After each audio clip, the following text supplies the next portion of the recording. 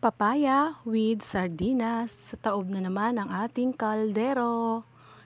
Eto guys, nakasanayan namin na ganito kami maghugas o linisan ang aming papaya kapag kami ay nagluluto. Nilalagyan muna namin ng asin. Bakit pa nilalagyan siya ng asin? Para mawala ang dagta at mawala ang kanyang pait.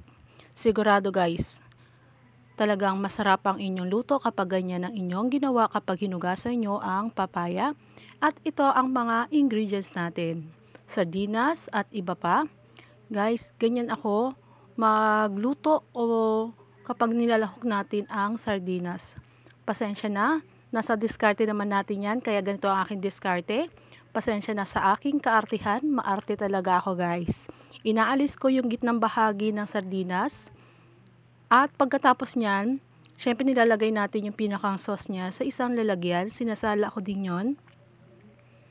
Ayan na guys, yung ating sardinas. Ayan. Tapos lalagyan natin siya ng kaunting tubig para yung ibang excess niya ay mas pasama dyan. Ito na yan guys, yung ating sauce ng ating dalawang sardinas. Nagpainit lang tayo ng kawali, kaunting mantika lang. Tapos, yan lang, gisa-gisa lang natin ang ating bawang sibuyas. Saka natin isunod ang sardinas natin. Yan, mix lang natin ng kaunti guys, yun. Hindi naman kailangan natin durugin kasi habang tumatagal, liliit din naman yan sa paghahalo ng ating gulay. Mas masarap sana to guys, lalagyan natin ng gata. Medyo bawas tayo sa ganon para healthy tayo sa ating pagkain, para kay mother na rin. Yan, lagay natin ang ating papaya. Nahugasan na yan guys natin, nabanlawan natin mula doon sa kanina natin pagkakalagay ng ating asin. Ganyan guys kami mag-slice ng papaya.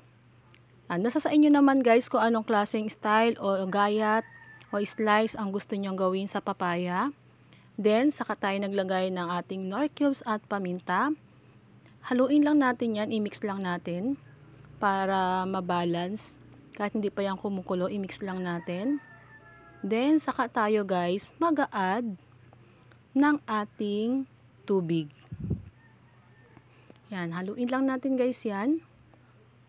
Para yan, naglagay tayo ng 1 tasang tubig. Sa umpisa guys, yan nilagay natin, hayaan natin yung kumulo. Pero guys, nagdagdag pa rin tayo dyan ng 1 pang tasang tubig para talagang mas mabilis siyang lumambot. O, diba? Ang bango niyan guys habang niluluto natin ang papaya with sardinas. So, hayaan lang na ulit natin, binix lang natin pagkakulo niya, ganyan ang itsura niya. Then, pakuluan pa natin hanggang siya ay maluto. Hanggang ito ay maluto. Siya talaga. Siya maluto na. Ayan. Ito na guys. Dahil tinikman na natin, kulang siya sa asin. Hindi naman tayo naglagay kanina. Dinagdagan natin ng asin. Nasa sa inyo na guys kung anong gusto nyong pampalasa pa na idagdag dyan.